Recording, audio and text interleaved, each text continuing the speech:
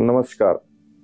आज हम अपने जीपीएन ग्रेट पोस्ट न्यूज़ का दर्शकों के लिए हम आचार्य MS पांडे को यहाँ पे स्टूडियो में बुलाएं और ये आपको आज विस्तार से कुछ राशियों के बारे में बताएंगे।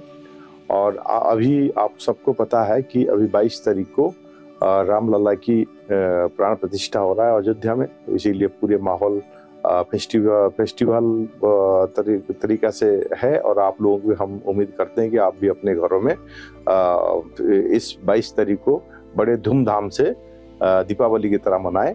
और इतना ठंड है यहाँ पे, फिर भी इतने सर्दी में भी हम पांडे जी को यहाँ पे रिक्वेस्ट करके बुलाएं कि हमारे जो चैनल है उसमें बहुत सारे श्रोता का रिक्वेस्ट आ रहा है और हजारों की तादाद में देख रहे हैं लोग, लाखों की तादाद में देख रहे हैं बल्कि। तो इसीलिए हम पांडे जी को रिक्वेस्ट किए हैं कि सारे राशि को विस्तार से आप लोगों के पास रखें, जिसमें आप लोग भी किसी ना किसी तरीका से लाभान्वित रहे। नमस्कार। नए वर्ष पे आप सभी दर्शक श्रोतागण का अभिनंदन और नए वर्ष के लिए ढेर सारी शुभकामनाओं के साथ आज MS पांडे उपस्थित हूँ मैं आप लोगों की वृश्चिक राशि के बारे में विवेचना करने के लिए। अगर आपका चंद्रमा 8 नंबर की राशि स्कॉर्पियो यानी वृश्चिक राशि में है तो यह राशिफल आपके लिए है। या तो आपका चंद्रमा 8 नंबर राशि में हो या आपकी लग्न वृश्चिक राशि है, तो दोनों के संबंध में यह लागू होता है, कुछ न कुछ परसेंटेज लागू होता है। अब इसके बारे में हम बताएंगे कि आपकी जो वृश्चिक राशि है इसमें कुल नक्षत्र के 3 नक्षत्र इन्वॉल्व होती है। अनुराधा के 4 चरण, ज्येष्ठा के 4 चरण और विशाखा के 1 चरण। अनुराधा के 4 चरण, अनुराधा नक्षत्र का मालिक शनि और ज्येष्ठा नक्षत्र का मालिक बुध और विशाखा का मालिक गुरु है।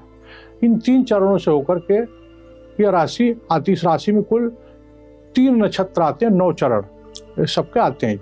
अब राशि के नामाक्षर के बारे में बता दूं, न और य। जिन जातकों का बर्थ टाइम नहीं पता है वह इनके अपने नाम के पहले अंक से भी देख सकते हैं। तो राशि नामाक्षर न य है और अगर नक्षत्र का चरण है तो उसका नाम है तो, ना, नी, नू, ने, नी, या, यी, यू। यह नाम आता आपके राशि का। इस राशि के आराध्य देव हनुमान जी हैं और इसका भाग्यशाली रंग इस राशि वालों का लाल है और भाग्यशाली अंक 1 और 8 है और अनुकूल दिशा पूर्व और उत्तर दिशा है और राशि का धातु कापर है, स्टील है और गोल्ड है, सोना है। शुभ रत्न मूंगा आता है। फेवरेट स्टोन इसका जो है माणिक्य और पोखराज है। ये दोनों इसका फेवरेबल स्टोन आता है इसका जो है। अब फेवरेबल वार में क्या आता है इस राशि वालों का? रविवार आता है, मंगलवार आता है, बृहस्पतिवार आता है। इस राशि के अधिष्ठाता मंगल चूंकि बृहस्पति और सूर्य के मित्र हैं, इसलिए तीनों दिन इनके लिए शुभ होता है। और स्वभाव कैसा होता है? यह स्थिर स्वभाव की राशि है और यह जल तत्व की राशि है और कफ प्रवृत्ति इसकी है। अब मैं आपको इस राशि वालों जातकों की कुछ थोड़ी सी विशेषताएं बतलाता हूँ। इनकी शारीरिक संरचना कैसी होती है।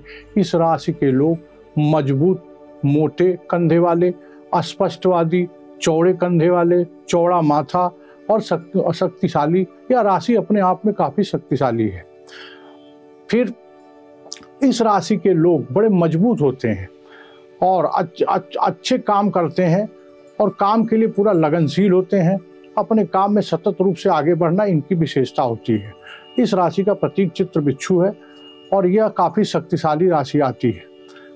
जनरली वृश्चिक राशि के जातकों का स्वभाव ये होता है कि ये थोड़ा सा अभिमानी भी होते हैं।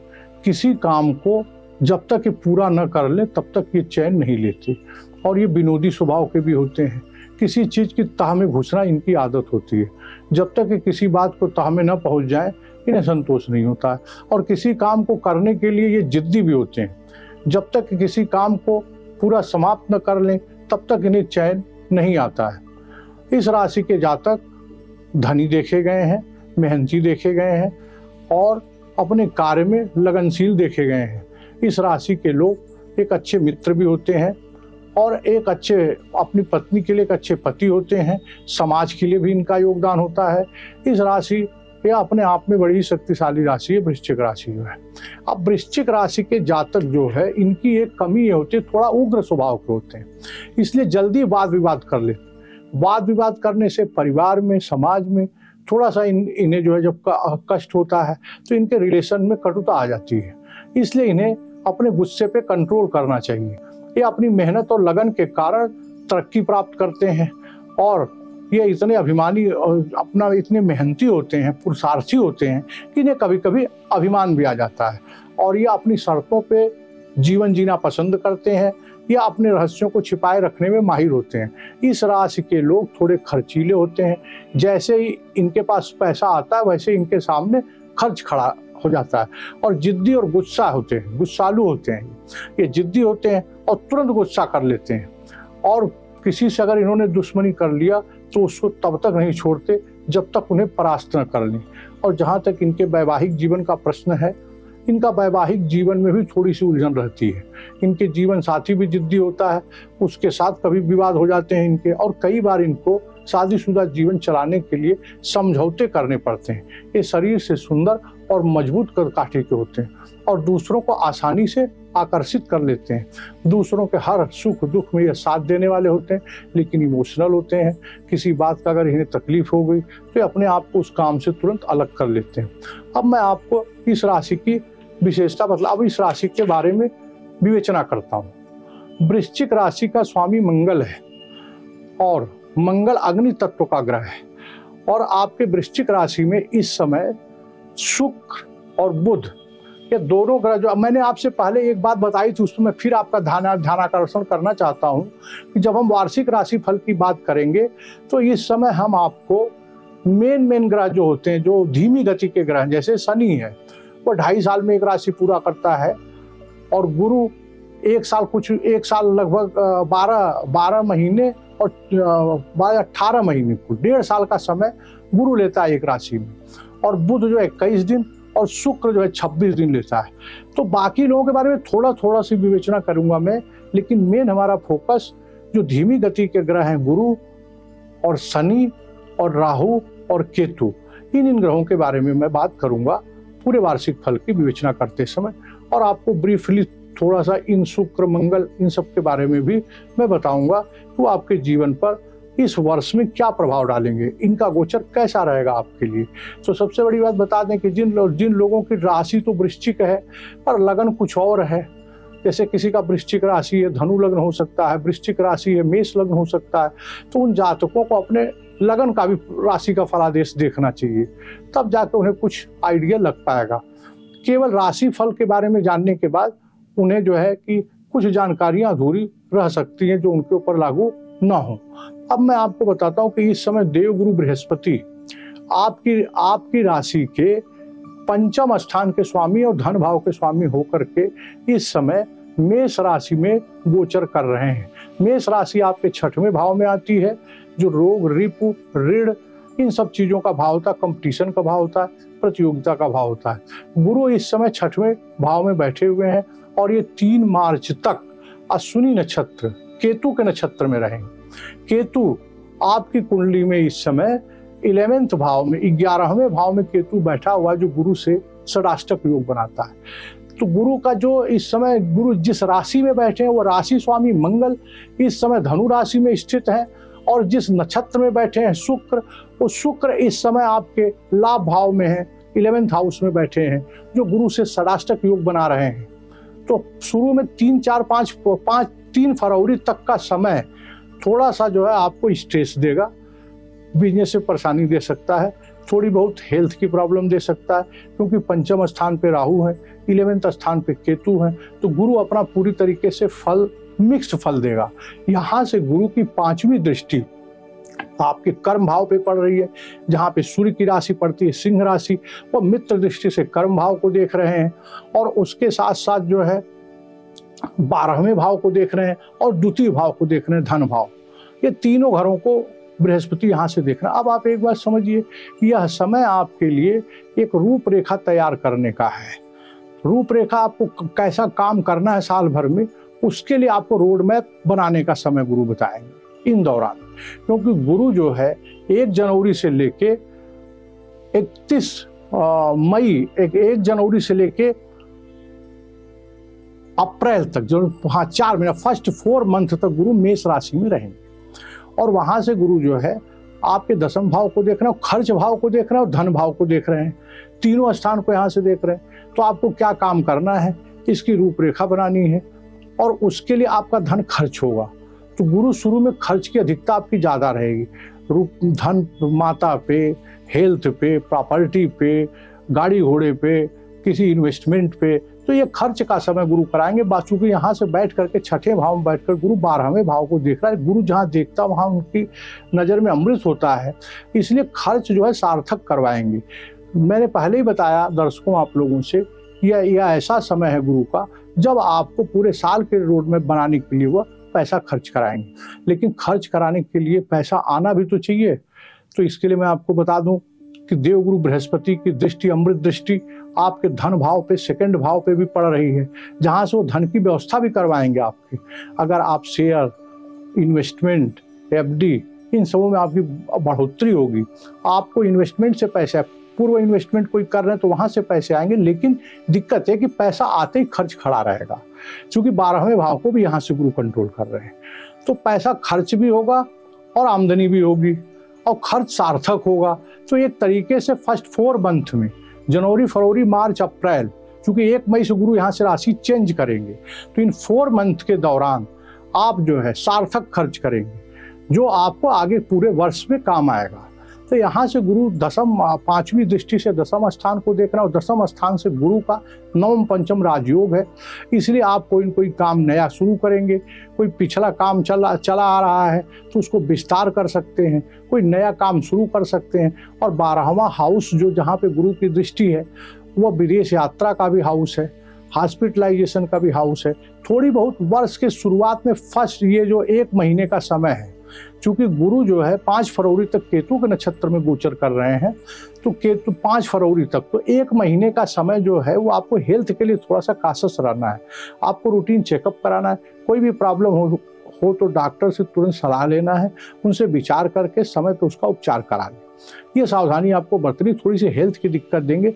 बाकी समय जो 2-3 महीने हैं उस समय आपका अच्छा जाएगा। अब मैं आगे विवेचना बताऊं कि सूर्य और मंगल आपके द्वितीय, सूर्य मंगल का थोड़ा सा आपको ब्रीफ करता हूं कि सूर्य मंगल इस समय धनु राशि में बैठे, जहां से 5वें गुरु छठे भाव में बैठे हुए हैं। तो एक तरीके से 9म पंचम का राजयोग है। यह आपको जो है कि धन आएगा और धन का सार्थक खर्च होगा। और छठा हाउस चूंकि प्रतियोगिता का भी है, कंपटीशन का भी है, तो विद्यार्थीगण जो आगे परीक्षा की तैयारी कर रहे हैं वो लगन से तैयारी करें, उन्हें सफलता मिलेगी। द्वितीय भाव से ये है। अब तीसरी बात यह है कि शनि जो है आपके 4th भाव में बैठे हुए, कुंभ राशि में, स्वराशि में। यहाँ से गुरु के बाद थोड़ा शनि पे चलते हैं। शनि बैठे हैं 4th भाव में। 4th भाव में बैठकर शनि चूंकि केंद्र भाव में बैठे हैं, अपने खुद की मूल त्रिकोण राशि में बैठे हैं, तो यहाँ से वो पंच नामक पंच महापुरुष योग क्रिएट करेंगे। 4था हाउस वैसे तो शनि के लिए बहुत अच्छा नहीं है, क्योंकि काल पुरुष की कुंडली का चंद्रमा का घर है, शांति का घर है, माता का घर है, या घर की शांति है। यहाँ पर शनि बैठ के थोड़ी सी उथल पुथल देते हैं, बट यहाँ पे चूंकि योग क्रिएट कर रहे हैं, सस योग क्रिएट कर रहे हैं, तो यहाँ से बैठ करके शनि आपको अच्छा फल प्रदान करेंगे। अब यहाँ बैठ करके शनि तीसरी दृष्टि से आपके जाब स्थान को देख रहे हैं। छठा स्थान जाब का भी है, नौकरी का भी है, कंपटीशन का भी है, तो तीसरी दृष्टि से जाब के स्थान को देख रहे हैं। उसके बाद शनि जो है यहाँ से 7वीं दृष्टि से आपके कर्म भाव, दशम भाव को देख रहे हैं और 10वीं दृष्टि से आपके लग्न को देख रहे हैं। तो इस तरीके से लग्न को चूंकि देख रहे हैं, वहाँ केतु देव पहले से विराजमान है, तो मैंने कहा थोड़ा सा स्वास्थ्य के संबंध में काशस रहना है। बाकी अगर आप प्रतियोगी परीक्षा की, विद्यार्थी प्रतियोगी परीक्षा की तैयारी कर रहे हैं, तो शनि गुरु का संयोग है आपका बन रहा है। शनि गुरु को देख रहे हैं, धर्म कर्माधिपति योग बनता है इससे, तो इससे आपको परीक्षा में सफलता मिलेगी। आप कोई तैयारी कर रहे हैं, किसी कंपटीशन में बैठने वाले हैं, तो आराम से बैठिए, यह समय आपका है, आपको शुभ फल प्रदान करेगा। और दूसरी बात कि मैंने आपको बताया पिछले एपिसोड में भी कि जिस हाउस को गुरु और शनि दोनों देखते हैं, उस हाउस से संबंधित घटना जरूर घटित होती है। तो दशम हाउस कर्म स्थान पे शनि की भी दृष्टि है, कर्म स्थान पे गुरु की भी दृष्टि है। तो शनि क्या कहता है कि आप मेहनत करो, काम में सफलता अगर आपको प्राप्त करनी है तो आपको मेहनत करना पड़ेगा। तो अगर आप मेहनत करेंगे, अनुशासित रहेंगे, ठीक समय पे रूटीन आपका सेट होगा, तब आप काम जो है अच्छे से करेंगे और आपको सफलता मिलेगी। क्योंकि गुरु और शनि दोनों यहाँ पे देख रहे हैं। लग्न भाव अपने खुद का आपको ख्याल रखना है। और दूसरी बात, यहाँ से शनि जो है 4th हाउस में बैठ करके आपके कर्म स्थान को देख रहा है। कोई नया धंधा शुरू करेंगे, कोई व्यवसाय के अवसर मिलेंगे आपको, नए नए लोग जुड़ेंगे आपसे, नया नया काम करना चाहेंगे। दूसरी बात, जॉब स्थान पे गुरु उसको शनि देख रहा है, पत्नी के साथ भी मिल करके आप कोई व्यवसाय करना चाहें, कोई रोजी रोजगार करना चाहें, तो यह जो है कि अच्छा समय है। इस वर्ष में आप ऐसा अनुभव करेंगे फर्स्ट 4 मंथ में, यह समय आपका अच्छा चल रहा है, बहुत अच्छा चल रहा है, सुंदर राजयोग बन रहा है आपका। क्योंकि द्वितीय स्थान से सूर्य, मंगल और गुरु का 9व पंचम का राजयोग बन रहा है। और तीसरी बात, एक निगेटिव पॉइंट ये है कि राहु आपके पंचम स्थान में बैठे हुए हैं, शनि से दूसरे भाव में राहु बैठे हैं और गुरु से 12वें भाव में राहु बैठे हैं। तो एक तरीके से पंचम स्थान पे राहु एक अज्ञात भय देता है। अज्ञात आशंका में आप परेशान रहेंगे। थोड़ी सी ऐसा भय जो है भी नहीं तो भी आपको आतंकित कर रहा है, आपके मन में एक तरीके से डर बनाएंगे। वो क्यों? तो आपको इसके बारे में क्या सावधानी करनी है? आपको सावधानी ये रखनी है कि अपना काम खुद करना, खुद देख रेख करना है। जैसे ही आप काम दूसरों पर जिम्मेदारी देंगे, खुद लापरवाह और आलसी रहेंगे आप, वैसे ही आपको कष्ट हो जाएगा, दिक्कत फेस करेंगे। अपने काम के खुद मॉनिटर करते रहिए, चुस्त दुरुस्त रहिए, वर्क प्लेस पे खुद जाइए, सब चीज़ों को मॉनिटर करिए। तो ऐसे इस परिणाम से आप बच जाएंगे। समय पे योगा, समय पे उठना, समय पे खाना, सारे काम आप रूटीन में करिए तो आप स्वस्थ भी रहेंगे, स्वास्थ्य से संबंधित भी परेशानी आपको नहीं होगी। तो इस तरीके से यह वर्ष में आपका गुरु का गोचर बढ़िया होगा। दूसरी बात, अब आते हैं शुक्र पे। इस समय शुक्र और बुध आपके लग्न में ही विराजमान है और शुक्र बुध जो है कि लग्न में विराजमान है। फिर वर्ष के बीच जब शुक्र और बुध जो है 9th हाउस धनु में जाएंगे, तब यहाँ से गुरु और शुक्र का 9व पंचम का योग बनेगा, वो एक सुंदर योग बनेगा। और इस वर्ष के दौरान जब शुक्र देव गुरु के साथ जो है मेष राशि में आएंगे 6ठे भाव में, तो नए नए रोजगार, कोई जॉब, कोई भी काम कर सकते हैं आप, किसी काम में आपको सफलता मिलेगी। उसके बाद आपका जो है यह समय आपके लिए है, बशर्ते आपको अपने हर काम को, हर चीज को व्यवस्थित रखना है। आपका भाग्य इस साल साथ देगा और धन भाव होगा। विदेश यात्रा करना सोच रहे हैं तो विदेश यात्रा होगी। कोई प्रॉपर्टी खरीदना चाहते हैं तो प्रॉपर्टी खरीदने का योग बन रहा है। इस तरीके से थोड़ा सा बताया कि शुरू में गुरु जब केतु के नक्षत्र में चलेंगे तब दिक्कत है। अब इसके बाद 1 मई से गुरुदेव जो है अपनी राशि परिवर्तन करके आपके व्यापार भाव में जाएंगे और अच्छा समय हो जाएगा। 1 मई से व्यापार भाव में जाएंगे और उसी के कुछ समय के बाद मई के मिड में शुक्र भी इनके साथ यहाँ पे आएंगे, तो अब मालव्य नामक पंच महापुरुष योग शुक्र क्रिएट करेंगे। तो आपको व्यापार के लिए बहुत सुंदर राजयोग बन रहा है इस समय। गुरु जब यहाँ से राशि चेंज करेंगे वृषभ राशि में, तो यहाँ से गुरु जो है पंचम दृष्टि बड़ी शुभ होती है, अमृत होता है उसमें। उस दृष्टि वो आपके लाभ भाव को देखेंगे, उसका लग्न को देखेंगे, उसके बाद 9वीं दृष्टि से आपके पराक्रम भाव को देखेंगे। तो आप जो है इस वर्ष चुस्त दुरुस्त और अपना काम लगन से करेंगे तो आपको सफलता मिलेगी। लाभ भाव को गुरु शुभ दृष्टि से देख रहा है। कोई काम में आपने किसी काम में पैसा लगा रखे हैं, वहाँ से आपको लाभ होगा। कोई आप ऋण ले रखे हैं, उस ऋण का भुगतान होगा और ऋण सार्थक कार्यों में लगेगा। नया ऋण लेना चाहते हैं तो नया ऋण लेने का प्रयास आपका सफल होगा, लाभ होगा। विदेश यात्रा होगी, प्रॉपर्टी खरीदने का योग बन रहा है। तो वृष राशि से शुक्र जब यहाँ आएंगे तो आप जितने लोग शुक्र से संबंधित व्यापार कर रहे हैं, जैसे जिम का काम होगा, स्पा सेंटर होगा, जिम हो गया, होटल होगा, रेस्टोरेंट होगा, वकील हो गए, लॉयर हो गए, आपके ये जितने भी शुक्र से संबंधित काम है, इंटीरियर डेकोरेशन का काम होगा, इसमें आपको बहुत ही सुंदर सफलता के योग इस साल बना रहे हैं शुक्रदेव। और दूसरी बात, शनि चूंकि सस नामक पंच महापुरुष योग में है, मैन्युफैक्चरिंग, ट्रेडिंग और कोई भी खरीद बेच का काम, कोई भी व्यापार आप कर रहे हैं तो उसमें आपको वांछित सफलता प्राप्त होगी।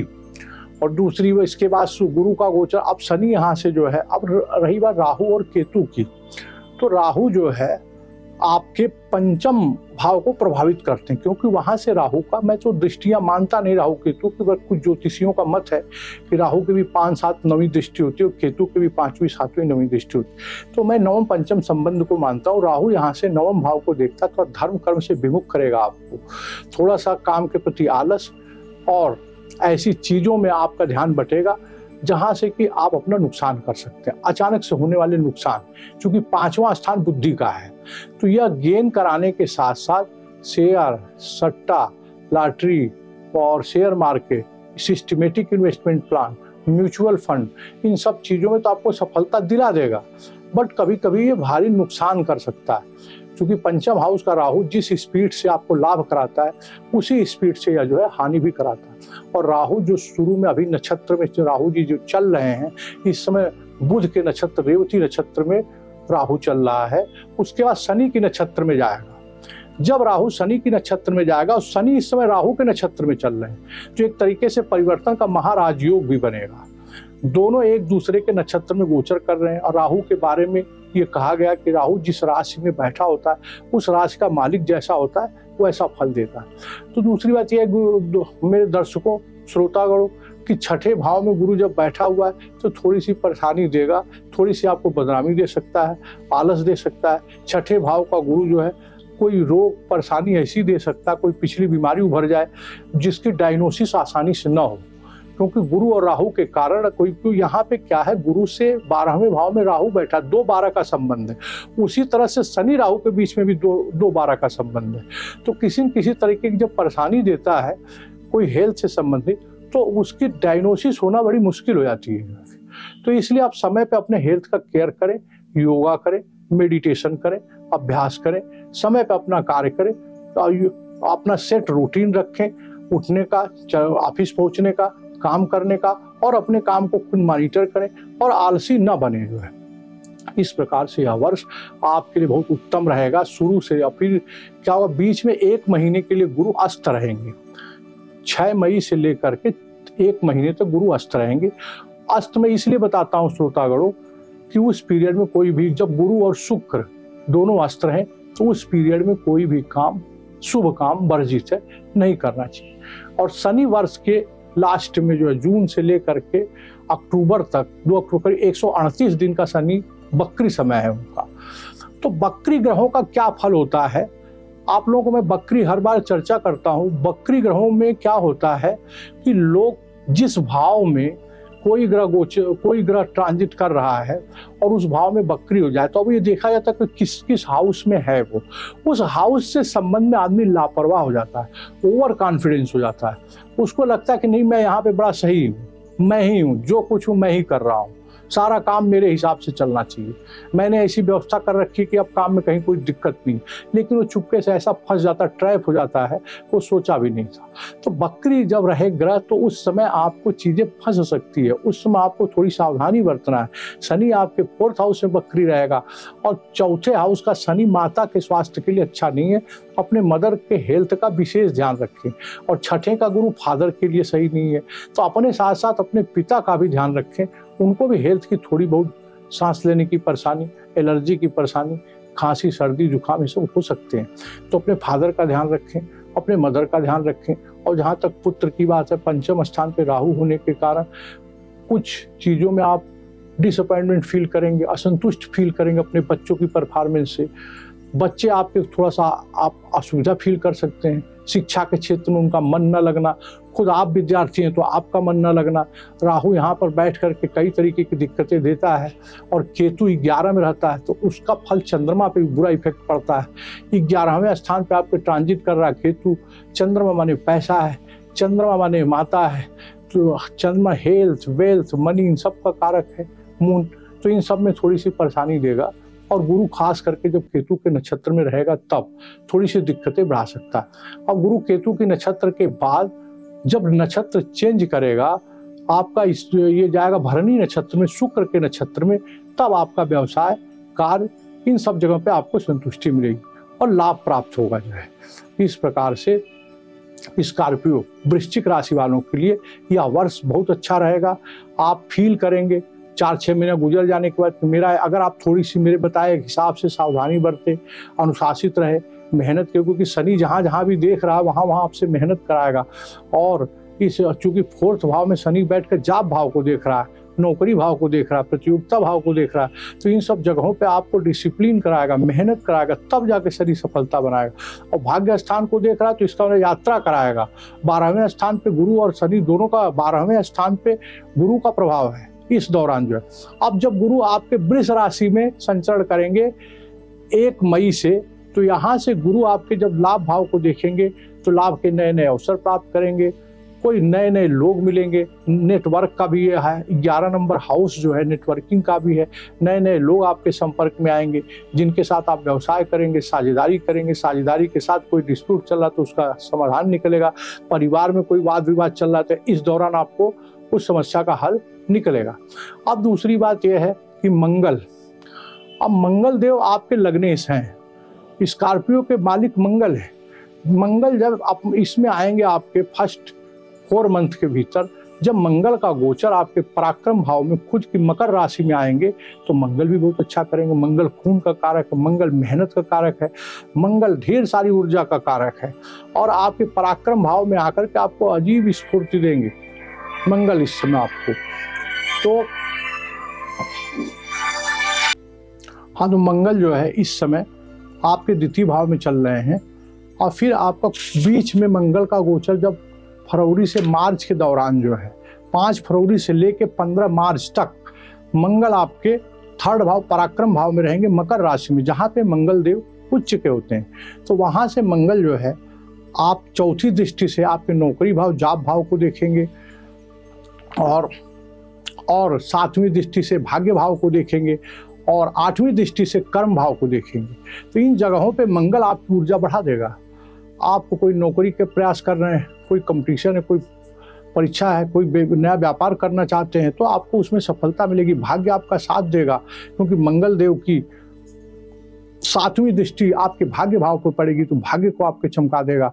और 10th हाउस कर्म, जहाँ पे दिग्बली होता है मंगल, कर्म भाव को भी देखेंगे तो आपको नए नए काम करने का अवसर दिलाएंगे मंगल देव। यहाँ से बैठ करके मंगल देव आपको उस हाउस को सिर्फ आपको इसके बाद मार्च के बाद, जब मार्च से अप्रैल तक के बीच में जो 1.5 महीने का समय रहेगा मंगल का, वो शनि के साथ आपके 4th हाउस में गोचर करेंगे। वह समय थोड़ी सी सावधानी का समय है, वह समय अलर्ट का समय है क्योंकि शनि मंगल की युति अच्छी नहीं होती। शनि मंगल के साथ शनि जो है अच्छा नहीं फील करते क्योंकि शनि मंगल से दुश्मनी नहीं करता बट मंगल शनि से दुश्मनी करते हैं।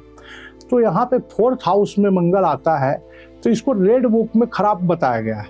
यह बताया गया है कि यहाँ पे मंगल बैड होता है, बैड फल देता है, तो आपको गुस्से की अधिकता रहेगी, डिसीजन गलत करवाएगा, डिसीजन मेकिंग पावर की दिक्कत और किसी काम में आगे होना पीछे होना, समय पे सही डिसीजन न ले पाना और जब परिणाम आपके फेवर में ना आए तब चिंता करना।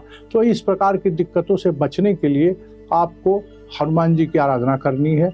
हनुमान चालीसा, बजरंग बाण, संकट मोचन हनुमान अष्टक का पाठ करें। आपके चूंकि लग्न के मालिक मंगल हैं तो मंगल की शांति के लिए आप अगर इस तरह का कोई फल आए तो आप उनकी शांति के लिए करें। दूसरी बात, जब मंगल आपके 5th भाव में गोचर करेंगे राहु के साथ, तो 5th भाव में मंगल का गोचर ठीक है लेकिन राहु का साथ वहाँ होने से वहाँ भी तेजी रहेगी, वहाँ भी आप जल्दबाजी करेंगे। इसलिए आप अपने काम को अच्छे तरीके से अगर करेंगे, मेहनत से करेंगे तो आपको सफलता मिलेगी। जीवन साथी के साथ वर्ष के शुरुआत में थोड़ी बहुत दिक्कत रहेगी लेकिन बाद में उसका समाधान निकल जाएगा। आपसी कुटुंबजन, परिवार, इन सब के बीच में भी वाद विवाद हो सकता है और उसका सलूशन निकल जाएगा। कुल मिलाकर के यह वर्षफल आपके लिए बहुत ही अच्छा है और इसका जो स्टोन है मंगल के लिए वो मूंगा धारण किया जाता है, बट बिना कुंडली की विवेचना कराए आप अपने मर्जी से मूंगा न धारण करें। पांडे जी, आपका यहाँ पे स्टूडियो में आने की बहुत बहुत धन्यवाद। और मैं श्रोताओं को, हमारे दर्शकों को निवेदन करूंगा कि हमारे चैनल को लाइक करें, सब्सक्राइब करें और शेयर करें और जितना ज़्यादा से ज़्यादा अपने ग्रुप में शेयर करें जबकि सबको ये लाभ मिल सके। हम आपके लिए लगातार कुछ ना कुछ नई तरीके से आपके पास लाते रहें, ये हमारा हमेशा यही उम्मीद रख के आज इस प्रोग्राम को खत्म करते हैं और पांडे जी को बहुत बहुत धन्यवाद देते हैं। धन्यवाद। धन्यवाद।